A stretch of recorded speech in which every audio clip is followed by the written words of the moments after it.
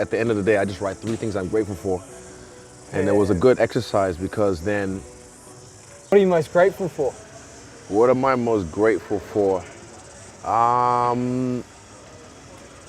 Right now, to be honest, it's just the people I have with me, my family, friends, my team, my support system. That's what I'm really most grateful for.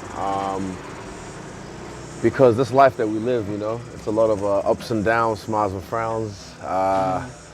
And if you don't have a right support system with you, it can, especially at my level, it can definitely break you. I've seen it break many people. I've seen it as I was coming up in this game, watching, you know, people rise and fall. Not just in fighting, and fucking acting, football, anything else. You just see people get risen and then torn down. And it's because they don't have a good support system around them. You know, have a lot of yes men or have family that tries to leech off them, bleed them dry type shit. So for me, I'm just grateful I have a really good support system and a really good family behind me.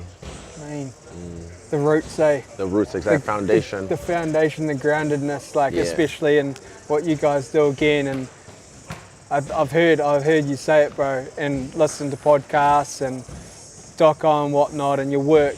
You know, the world builds you up, but then again, they can absolutely try to tear you down. But at those times of being torn down, or the attempt to tear you down, you go back to your roots, to your whānau, to everyone, those real, your tight circle of who matters. Amen. And how important that is. Amen. Yeah. Facts. Yeah, cool, bro. When you're in the hurt locker, you know, that's when you feel it, eh? Like you said, when you're away for a while, then you're like, because I like to drift off, but then again, it brings you back to anchor point. And then if I'm not exercising or moving my body, like lifting weights is cool, but when I have him on my back trying to choke me out, it's a different kind of like primal, like, oh shit, you have to really fight. And then afterwards, all the dopamine and endorphins. It just, after certain like VO2 max trainings or whatever, spiders, then you just get that rush.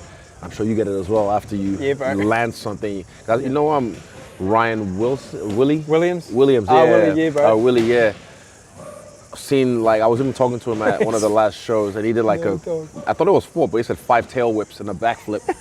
And I was just like, that's ridiculous. But I can imagine, I saw the reps. It took for him reps, banging his body constantly. So I'm sure for you, after you hit one of those, you're just like, oh, the feeling, I can only imagine, man. Brother, what would you say to a mate if they reached out and they were struggling? If they reached out and they were struggling, I won't give details, but a friend of mine reached out to me recently and, you know, had really bad trouble at home with his family. And I just held space for me because I had to learn that actually. Funny enough, I've learned this as a boyfriend because I realized as men, we try and fix shit.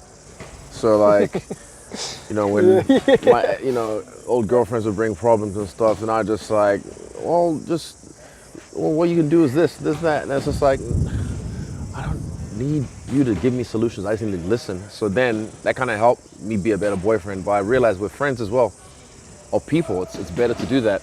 And then I hold space for them, let them get it all out, and I listen without, I used to do this as well, and I've learned consciously to not do it, interrupt people, because I hate it when it's done to me, because it reflects my old self.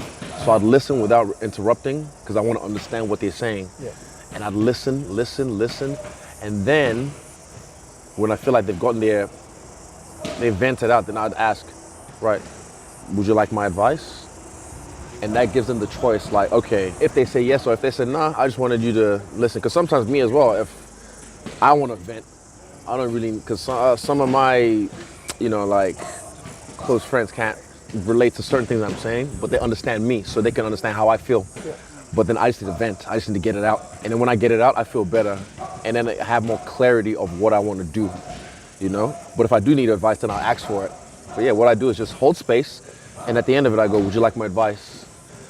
And I'd help. And if it's something that I can't deal with, because I'm not a professional, I tell them and I recommend them to get professional help. And I'd say, look, what I've always said is, we look after our physical health so we don't get physically ill. So everybody got to look after their mental health so they don't get mentally ill or mentally sick. And it's not, the word mental health sometimes gets a little charged, but I'm just like, nah, it's just like anything. Just everyone should start saying physical health, because then that'll take away the stigma that has to go with looking after your mental health.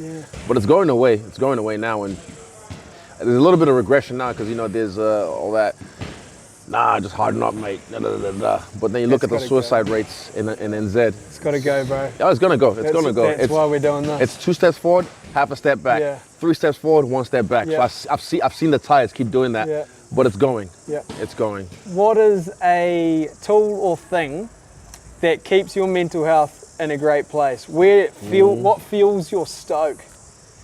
First thing that comes to mind, like what John said, the gym, physical work. But the sauna makes sense as well, because then it takes you out of your mind, because you've got other pressures, you know, something else to focus on. But yeah, definitely, I can feel it after like maybe, if it's 3 days of no training, no physical activity, I can feel myself, depending on what's happening in life, I can feel myself my fuse get shorter, or I'm a little bit more just on edge, you know, anxious. But then when I come here, like again, you have him on your back, choking you out, you're fighting for your life, you know, you're rolling, all that kind of stuff, and then endorphins and dopamine afterwards. So yeah, I'd say this is definitely one tool I use. Another word I've said before, I think I said on the rock at one point, was a gratitude journal. That helps, because the more you do it, at the end of the day, I just write 3 things I'm grateful for. And it was a good exercise, because then it became, through the day, I'd be looking for things to be grateful for. Like, what am I grateful for today? What am I gonna write at the end of my day in my journal? And then when you're thinking that, it just puts you in that frame of mind of gratitude. So you're in that wavelength, and you're attracting more things to be grateful for. Yeah. So that's one I've really used for years, and it's worked wonders. Yeah. Awesome, bro. Practicing gratitude is a huge one, eh? Yeah. Like, the space of training. Or have John on your back, it helps. Yeah, having John. Yeah, it's talked about that a couple of times, bro. Oh, no, because it happened today as well. I'm like, oh, yeah, true. It's been a while. Yeah, bro. So Keeps you humble, eh? Yeah. Hey, that's the point, eh? Like, again, is he like floating off to the clouds and being put on this pedestal? Yeah.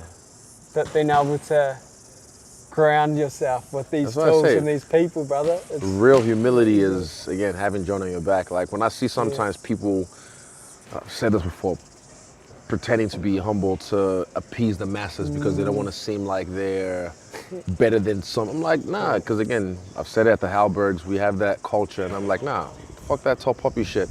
Speak your truth, big yourself up, but big everyone else up around you. And I try and lift everyone up around me as well. Yeah. But then, again, there's been times in the past where, not really too crazy, but like I might have just drifted off a little bit, and then right here, this is where reality is. This is where real humility is. People that love you as well. Exactly, from the people, and they don't mean to, but just them doing what we do, it just happens, and I'm like, oh yeah, I suck at this, eh? I gotta get better. So that's real humility, not I'm all good. Oh, nah, like, you know what I mean? Like, I hate that shit. And then when I see it in other people as well, like some of our greatest athletes, I'm like, bro, come on. Tell me how you feel. Yeah. Authenticity. Yeah, amen. It's the rumble, eh? Yeah, man. Let's see if I remember. Yeah. You want one, yeah. You want a black one, and you want it. No way. No. You sell it up. They sell it up. What do you reckon of that, brother? I love it. Okay, let me see if I remember. I know I'm on the break right now, and I'm meant to do it like that. This is up. Clutch. Up is here. Where this clutch? One down and 4 up. First gear down. First. Okay, but I'm on a clutch right now. Yep. That's clutch. Yep. Yeah, it's quite, you know. Okay. Yeah, that's first gear, bro. So you're in gear. So if I go, how do I go neutral again? Yeah, in between. One clip. Oh, I'm trying. Just a little clip. Yeah, there you go, bro. Try if I remember. Okay. I'll go a little bit. There we go. Yeah, boy. A little bit. There's a training wheels. It looks good on you, brother. Wait, hold up. Yeah, he's found a new love. We got Izzy on Harleys. Here he is. Trying to remember. Got him on the ring, bro. He's a Harley fan. There it is. There he 2 is. seconds, I'll be back. Yeah, bro, go for a bin. Yeah, go for it.